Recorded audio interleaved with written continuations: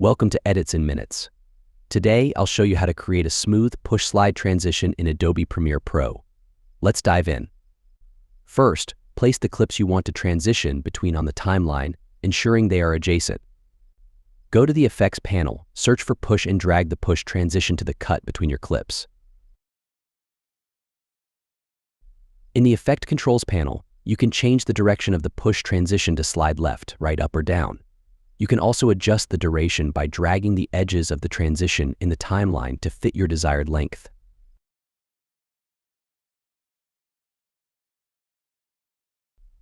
Next, go to the Project panel, create an adjustment layer, place it above the cut and trim it to last as long as the push transition.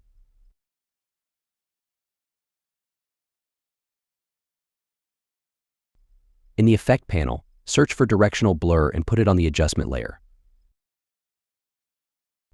In the Effect Controls panel, set the direction to 90 degrees.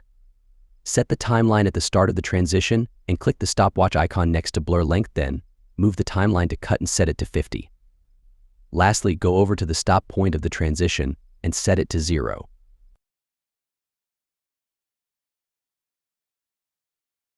Play the timeline to preview your push slide transition.